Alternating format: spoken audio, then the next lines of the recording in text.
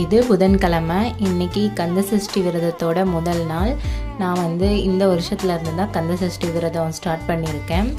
தீபாவளி முடிச்சுட்டு நேற்று தான் ஊர்லேருந்து வந்திருந்தோம். அதனால் இன்றைக்கி கொஞ்சம் சாமிலாம் ரெடி பண்ணி வைக்க கொஞ்சம் லேட் ஆயிடுச்சு. நாளையிலேருந்து கொஞ்சம் சீக்கிரமாகவே பண்ணிடலான் இருக்கேன். அப்புறம் நம்ம வெயிலில் பருத்தியெல்லாம் ஓட்டிட்டு நாற்றுலாம் நட்டாச்சுங்க.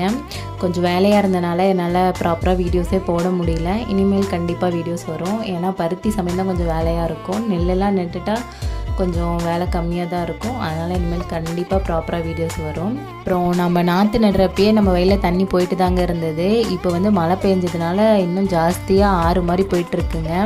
இன்றைக்கி பசங்களுக்கும் ஸ்கூல் லீவுங்கிறதுனால எல்லாம் வீட்லேயே தான். அப்புறம் ஈவினிங் சர்க்கோண கோலம் போட்டு விளக்கேற்றியாச்சுங்க. சர்க்கோண தீபம் டே 1லேருந்து அப்படியே இன்க்ரீஸ் பண்ணிக்கிட்டே போகணும்.